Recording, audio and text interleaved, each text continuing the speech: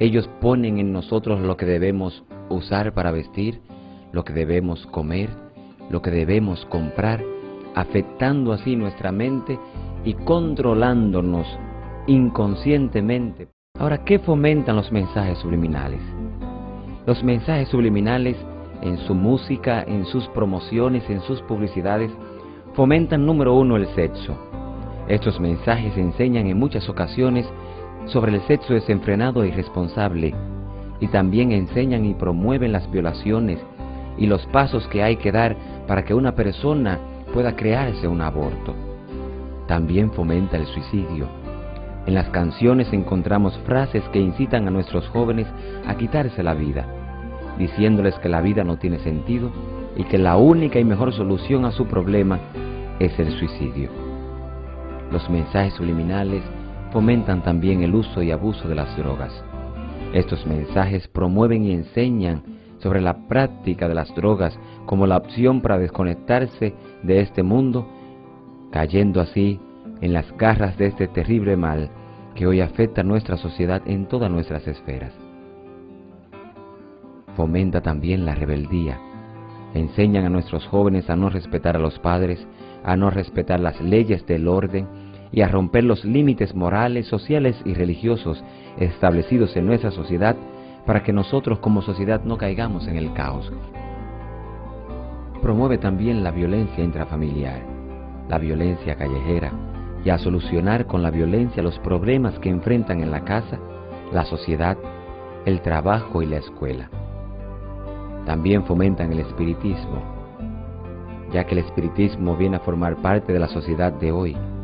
Ya no son llamados los brujos y magos de antaño, ahora poseen nombres más actualizados como parapsicólogos, mediums o guías espirituales. La palabra de Dios dice que el diablo, para engañar a la raza humana, vendría vestido como ángel de luz. Aquellas personas que caen en las garras de los mensajes subliminales terminan involucrados en el satanismo, influenciados por esta música y bombardeados por estas imágenes y mensajes. Terminan así adorando a Satanás, dando así sus vidas, alabanza y gloria al enemigo de las almas, plasmando en ellos su imagen.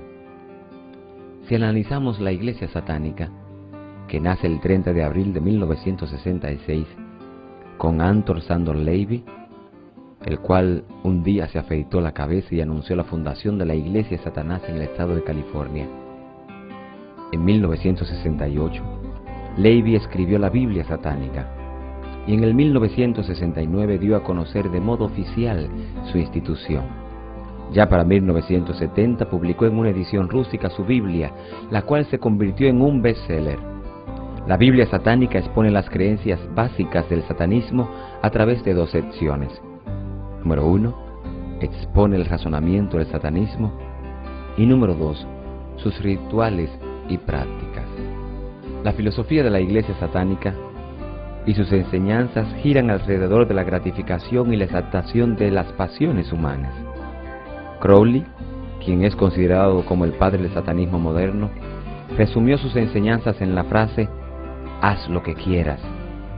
Esta frase, que encierra todo un proyecto antivida, pues todos sabemos que quienes viven haciendo lo que les da la gana encuentran la muerte de forma prematura. La estrella satánica, conocida también como la estrella de David, que de David no tiene nada, tiene las 5 filosofías que promueve la iglesia satánica. Número 1, el espíritu, que fue la primera mentira que Satanás le dijo a Adán y Eva: no moriréis. El agua, el fuego, la tierra y el aire. Ellos exaltan, adoran estas 5 cosas y la promueven, estas 5 filosofías, en sus canciones y en sus mensajes satánicos. Quisiera advertir primeramente a los padres sobre un juego que ellos van a encontrar en la tienda llamada la Ouija, el cual es un portal donde el diablo penetra la mente de las personas y los posee como suyos. Si hay alguno de los jóvenes que están escuchando este seminario en este momento y tiene la curiosidad de jugar con esto, Solamente le voy a decir que con el diablo no se juega. Como pastor de la iglesia adventista he tenido la tristeza de ver a personas poseídas por demonios después de haber jugado la ouija. Comenzaron curiosos y terminaron poseídos por el enemigo de las almas.